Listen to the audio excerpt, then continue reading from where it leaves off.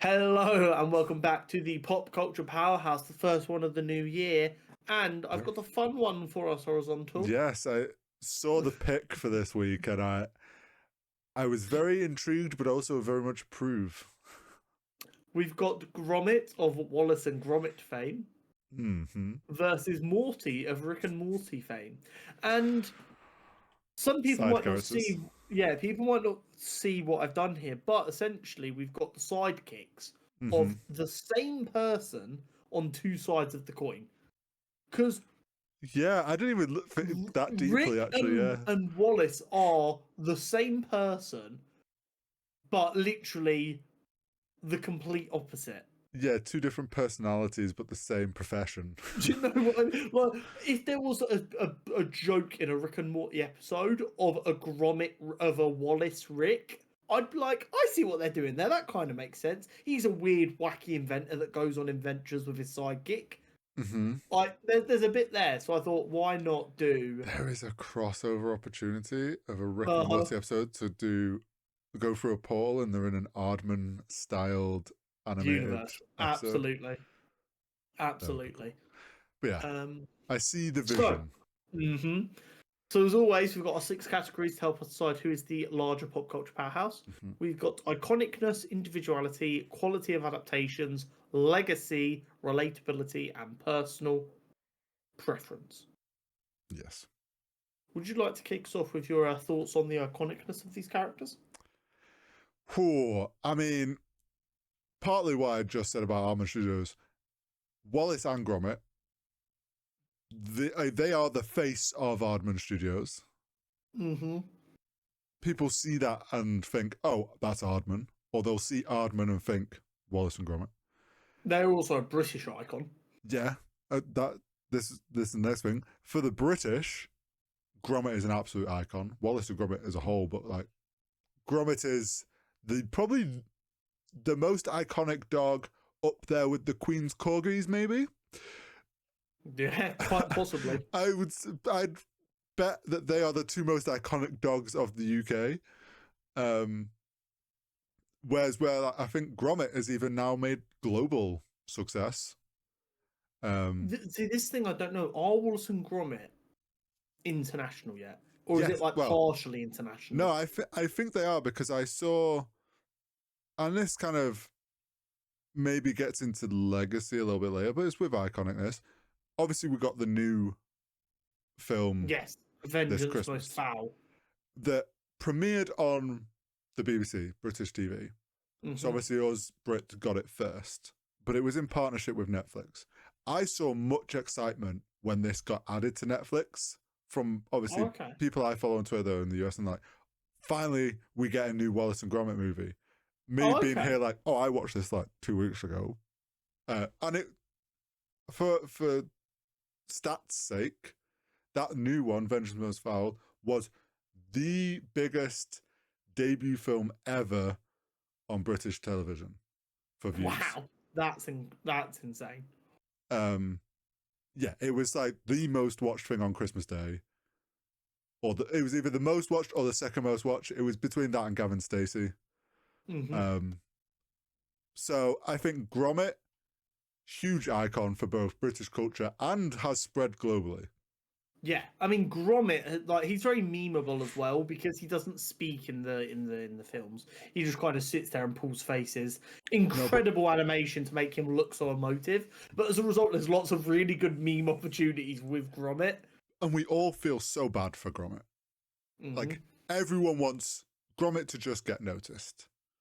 And spoiler for those that haven't seen the new one, he gets head pats in the new one. Actual non-robotic head pats. Whereas Morty, I mean, Morty has also been memed, has become an internet icon of the sidekick character. Absolutely. Oh, geez, Rick. Yeah, like Rick and Morty took the internet by storm.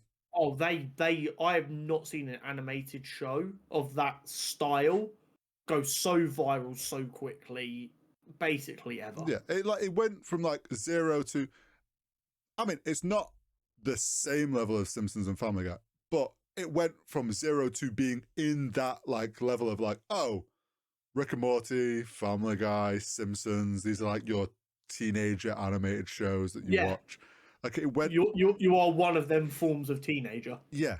So like the fact it got there so quickly speaks volumes to like how much it's enjoyed. Uh-huh.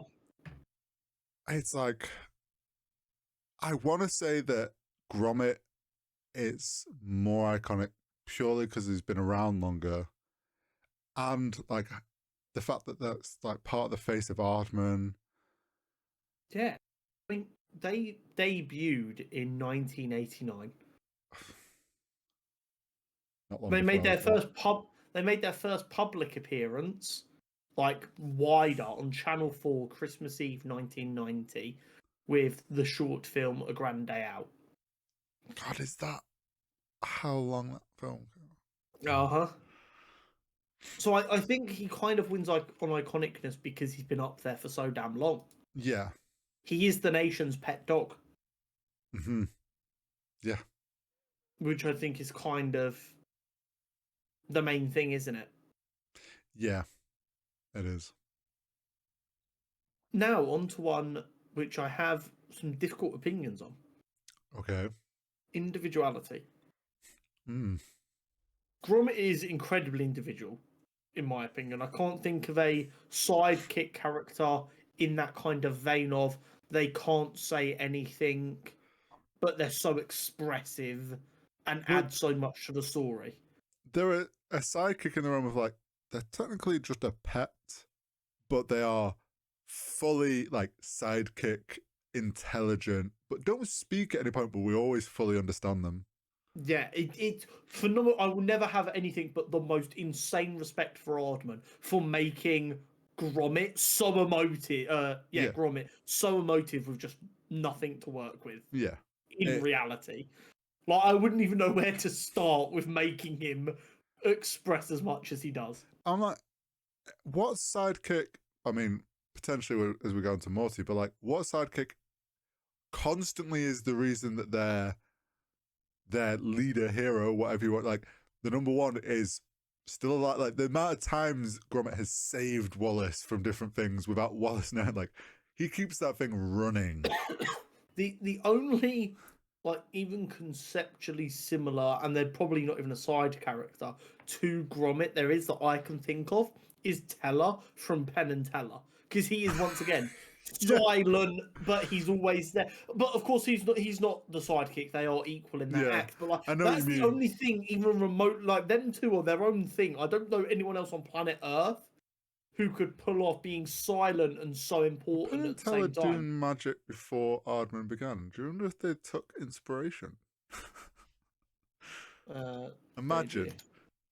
Penn and Teller debuted in 1975. Okay, so Aardman could have taken inspiration from Penn and Teller. Maybe. Penn and Teller are also the goats. I fucking love them. They are great.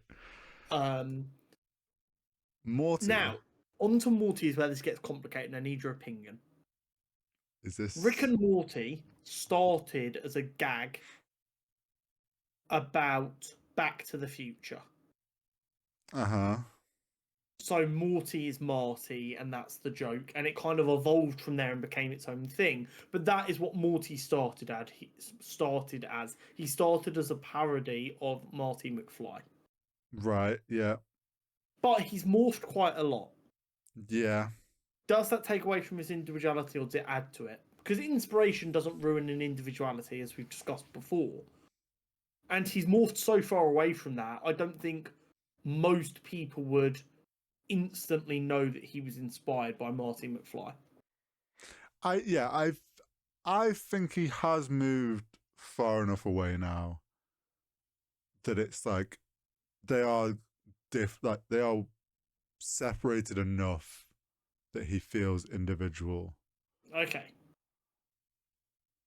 Because when you think at face value of like Marty McFly versus Morty, they're very different characters. They are so. That's what I mean by the way the characters evolved. Can you think of anyone similar to Morty? Gromit. I don't actually know if I can. He's incredibly unique because he's normally when you like get the main character as being super intelligent and like the do it everything guy. They kind of use their sidekick as like a John Watson, keep me on the straight and narrow. But Yeah. he just kind of bullies Morty.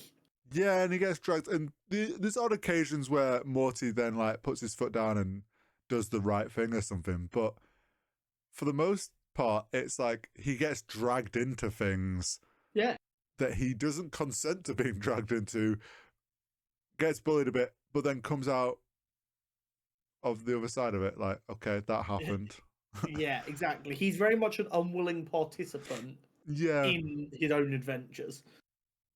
I mean, one question you could bring up for individuality is, okay, there are many Mortys. Oh, you going the meta commentary way of he is one of many. I mean, okay, counterpoint. It's infinite universes though, so there is infinite Gromits. I would like to go to the universe of all Gromits and give him all of the pets. I mean, yeah, I was like more for the memes, but yeah, I know what you're saying though. There isn't really think... anyone like Morty, at least in current media that I can think of. I can't think of anyone who's got to the level where like they are within the zeitgeist that is a Morty kind of character. Yeah, I mean, there's definitely sidekicks that like, or characters that get dragged along and things, but that it being a permanent character that is always getting done. I think the reason he's so unique is a lot of shows wouldn't willingly make the sidekick such a whiny bastard. Because he is like that. He's a whiny bastard. Like his entire thing is, oh geez, Rick, I don't know about that. Like that wouldn't be something that people would be confident writing their second like most important character about. True. And I think that's what makes him so unique, because who on God's green earth would make a title character that intentionally annoying? The closest I can think off the top, there's purely off the top of my head, is like Bart and Milhouse, because Milhouse often gets dragged along to things that he shouldn't. He's like, we shouldn't be doing this, and Bart's like, no, it's fine. But like, even that, Milhouse isn't a main character. He has episodes where he's not about. But yeah, exactly. And it's like, and obviously Bart's very different to Rick. But that's like the closest thing in my head. I'm like, of a almost sort of whiny kind of doesn't want to be there but gets pulled into these stories. Yeah. Quality of adaptations. Rick and Morty's had. Have they had games? No.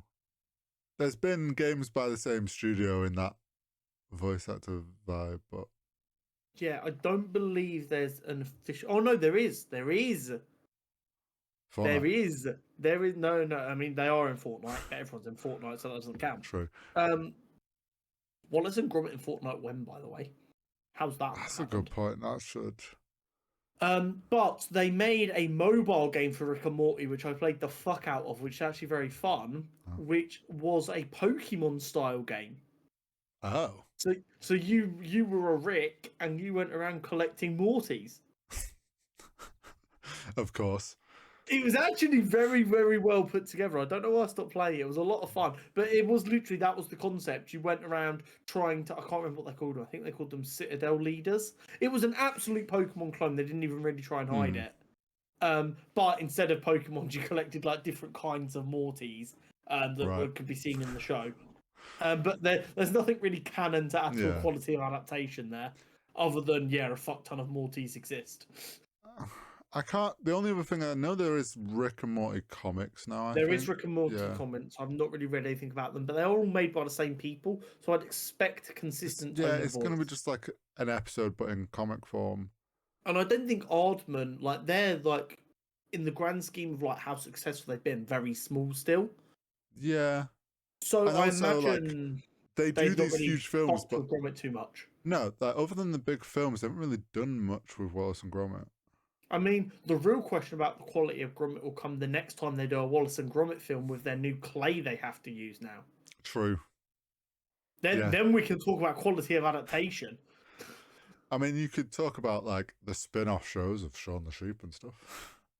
Yeah, but that's more just a spin-off of everything. Like, I think that like you can only really consider them both as having like one real adaptation. Yeah. So I think that's going to be pretty even because there's nothing to really say one's better than the other. No. And while normally we'd go, oh well, so and so's been around for longer, there are like hours of content wise a lot more Rick and Morty than Wallace and Gromit. My only argument would maybe be quality of medium. The skill required. We have never added that, and we're not going to start pitting animation against animation.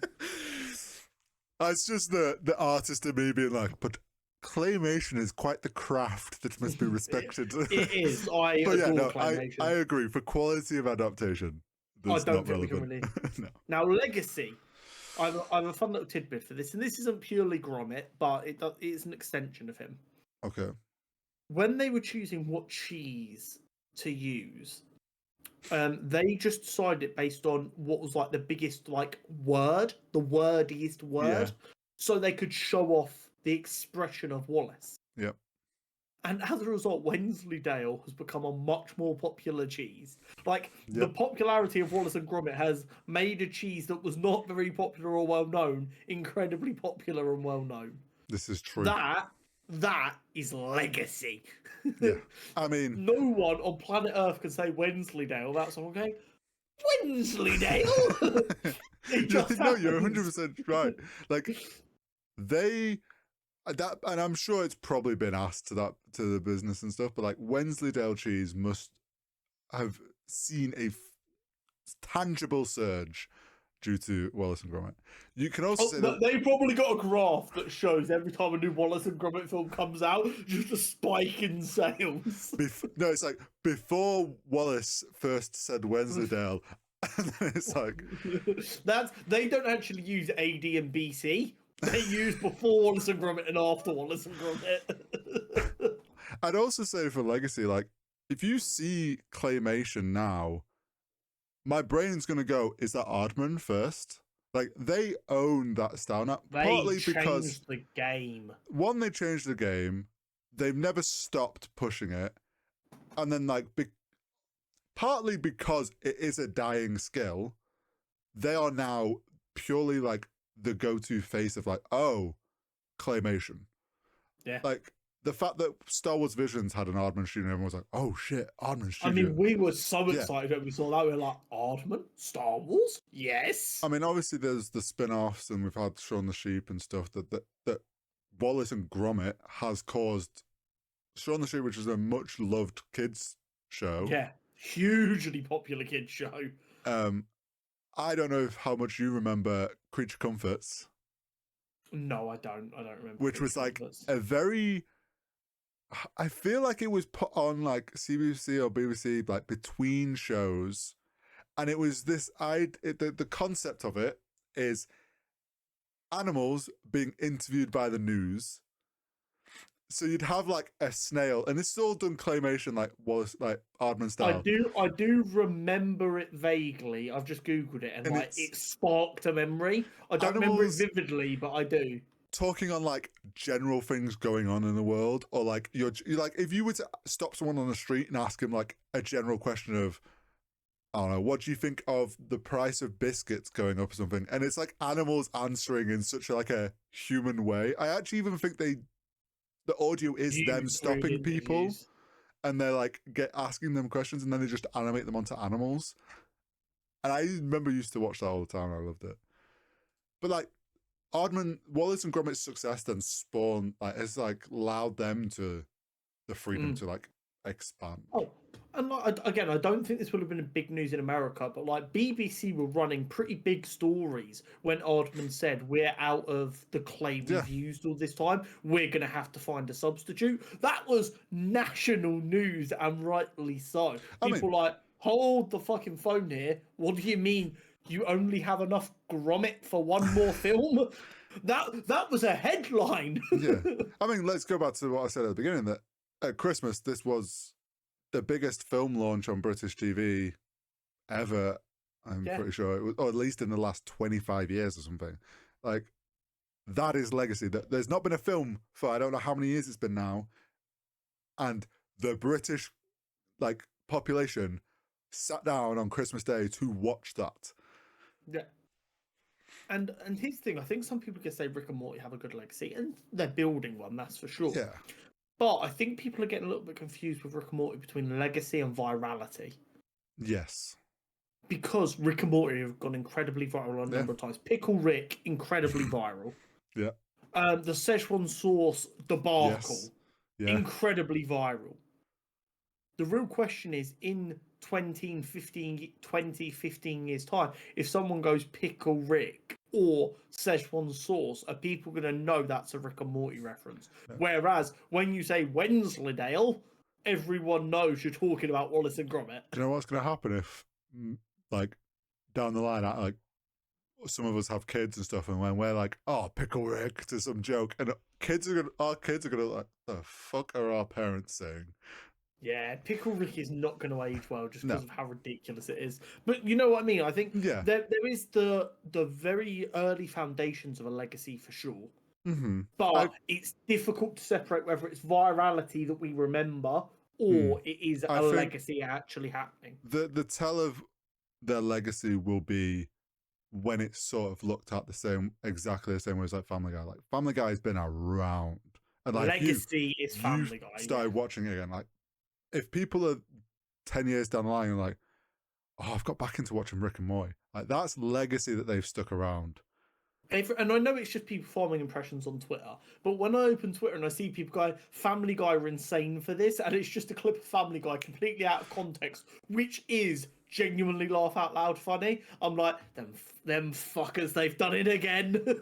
Yeah. That'll be legacy from like Morty. Absolutely. Like The Simpsons is legacy. Eat My Shorts is legacy.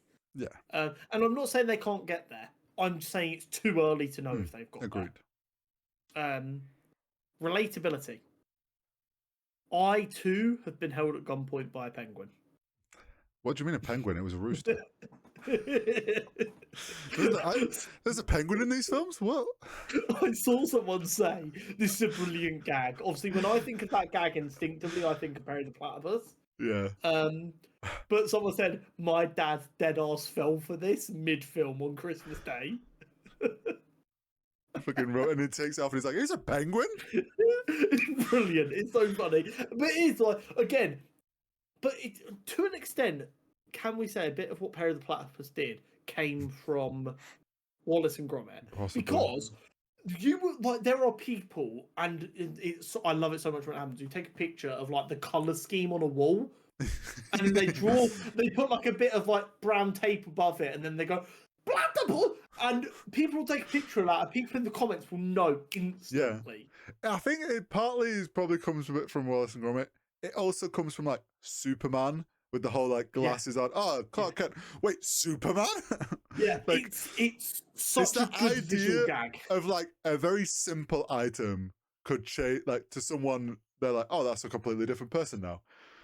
Yeah, like if Horry turns up with no beard next week, you're not going to think I'm talking to Horry. You're going to be like, who is this upstanding there member is of society? Some point in my life, I am going to shave cleanly and tell no one. And I'm going to FaceTime family just out of, and see what their reactions. And then I'm going to like, come on, I'm not going to tell you. I'm going to come on the podcast and you're going to freak out. And then just tweet, guys, I had to postpone the podcast this week. I've had some heartbreaking news. My co-host is no longer here with us. Horry died. He'll be alive again next week. That isn't horizontal. That's Cameron.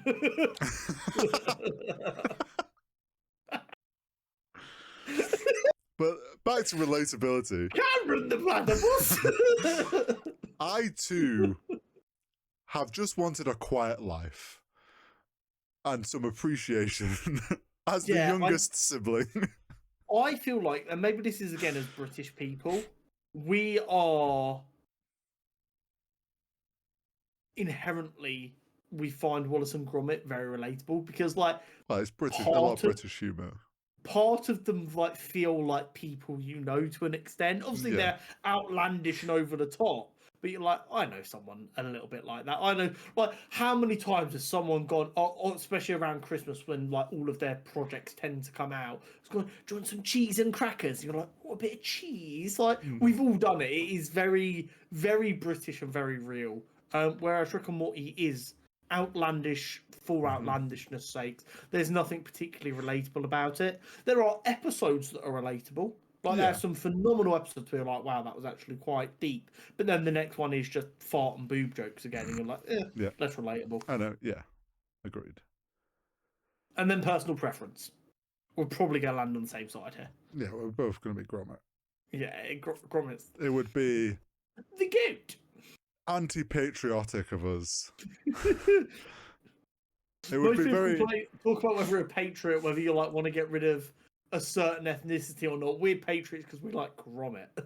That's a real British patriot. Yeah, I feel like if you hate Gromit, you should maybe be deported from the UK. So here's my thing. I'm okay if people not necessarily loving Gromit, if it's like not their thing for whatever reason. Yeah, but if you hate... But if you have strong negative feelings about a claymation dog,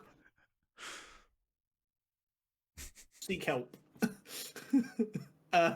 Anyway, let's get into tallying this up. So, yes.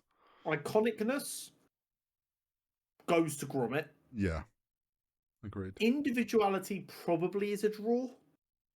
Yeah. Neither of us could think of like another character. No, I would. In the same vein. I would say they're both equally in. Quality of adaptation, we also called a draw. Yeah. There's not really a lot to go on there. Legacy is absolutely Gromit. Yeah. Relatability is probably Gromit. Yeah, slightly more Gromit. And then personal preference is Gromit. It's Gromit, yeah. Making it a 4-0 win. Yeah. Again, it wasn't necessarily about how close it was. And I do genuinely think in maybe 10, 15 years' time, there is a discussion to be had about like the legacy and the iconic-ness, which might make this a lot closer. Mm-hmm. But for now, Gromit does clear Morty. But I thought it'd be a fun one. Like, Wallace and Gromit and Rick and Morty are, in a lot of ways, very similar, but just like in completely different directions. It's like you've given the same concept to a bit of an edgier dude and a very wholesome dude, and just gone scuttle off and do what you want with it, and then you get what we've got. But there we have it. That has been your Pop Culture Powerhouse this week. Don't forget to like and subscribe, and we'll see you next time. See you in the next one.